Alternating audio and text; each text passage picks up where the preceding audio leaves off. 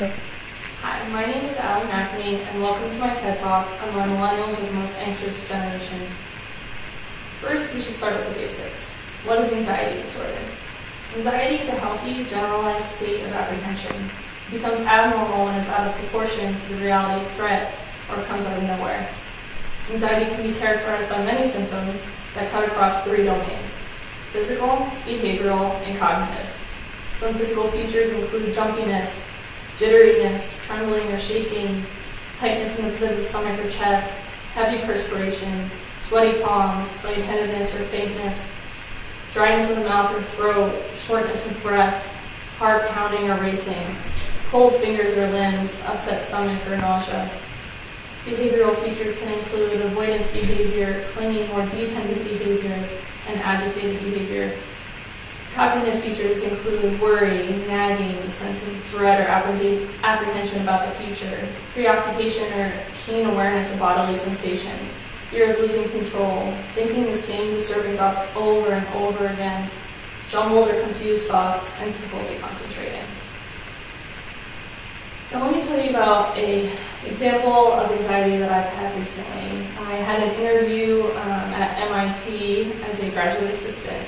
I had a normal level of anxiety going into the interview. I was nervous, I was sweating, I was short of breath, my heart was racing, and I was a little nauseous. Some of the usual feelings before an interview. And after talking for 45 minutes on Skype, I felt pretty good about the interview. I go about my day, I felt confident that I did really well, and I'll get offered the job. Later that night, I get back to my room to relax, and go to watch Netflix, and bam. All of these negative thoughts come rushing into my head. Why did I say the word cool so many times? Do I not have a good enough vocabulary to not use that word so many times? How many times do I even use the word cool? In what context is it ever okay to use the word cool in an interview? Why did I even apply for this job? I'm obviously underqualified. It's freaking MIT. There is no way they're going to offer me this position. Even if they did offer me this position, those students are going to school to change the world with technology. They're going to be way smarter than me. How am I supposed to gain their respect? Am I even ready to be a professional in this field? If I don't get this position, I'm not going to be able to afford graduate school. I'm going to have to defer my acceptance and live at home for a year. I won't be able to find a job. I'm going to have to tell my parents that I failed. I'm going to have to work in a field that I hate for the rest of my life and just to make ends meet. Well, it's crazy to think they would even consider me. I'm going nowhere. This dialogue I have with myself is only the beginning. I spent days and days over-analyzing every single word that I spoke during that interview, questioning whether I was good enough, questioning if that was the right thing to say, questioning if I'm even qualified to join the real world and the workforce.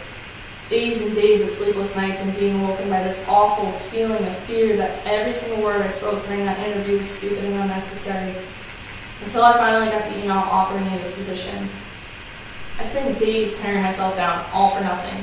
The anxiety consumed me for days, coming out at the worst moments, when I was trying to focus during an exam, trying to focus during class, when I was sleeping.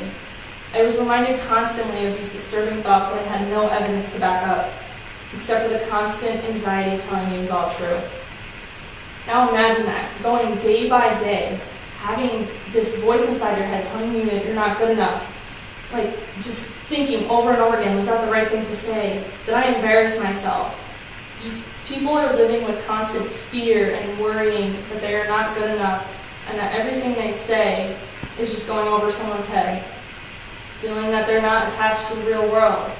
People are living with this inside and still going day by day as if nothing's wrong.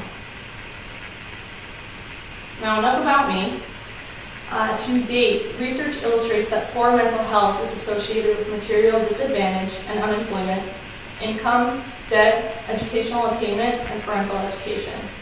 Existing literature also points to several potential factors contributing to this spike in anxiety. They include, but are not limited to, economic and financial stressors, technology, social media and internet use, socio-political factors, and student life in the U.S. higher education setting. Some other causes include being the first generation growing up with this massive technological advance. As a generation, we have created more social demands than ever before. Most millennials are attracted to the finer things. They want to live a wild and free lifestyle and have created innovative ways to make money. The millennial generation has created expectations that are nowhere near achievable, creating a sense of worry that a person is not good enough. These social expectations that the millennial generation have created also have people taking extreme measures to reach and improve self-realization. Millennials believe that celebrities like the Kardashians are ideal images of perfection, trying to conform their way of life and body images to unrealistic expectations. Striving for perfection in every aspect of life is a trend to millennials.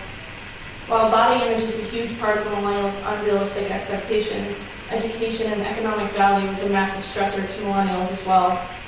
Millennials are expected to go to Ivy League schools, get the best grades, volunteer and participate in sports and extracurricular activities in order to get a leg up on the competition once they enter the real world.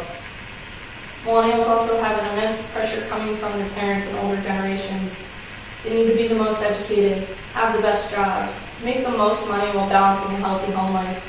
With the economy, it is difficult for millennials to achieve what past generations achieved, the American dream. Married by 30, a son and a daughter, a nice house surrounded by a white picket fence, and a reliable job. None of those things are attainable or attractive to the millennial generation. Notice how I continue to use the words unrealistic and expectation. Honestly, I'm unsure where all these unrealistic expectations come from, but I know that with the social demands that we are experiencing at such a young age, the unrealistic expectations will only get worse. To millennials, nothing will be enough to decrease the anxiety we feel on a daily basis.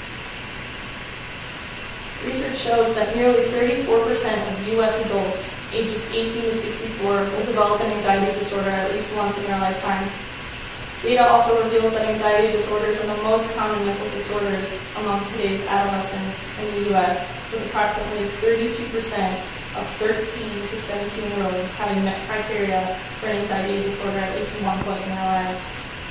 Not only is anxiety increasing in millennials, but it is increasing at a rate faster than all mental health disorders combined. The average annual rate of change in anxiety in 2015 was 11%. Depression reached 9%, and other mental health disorders reached 7%.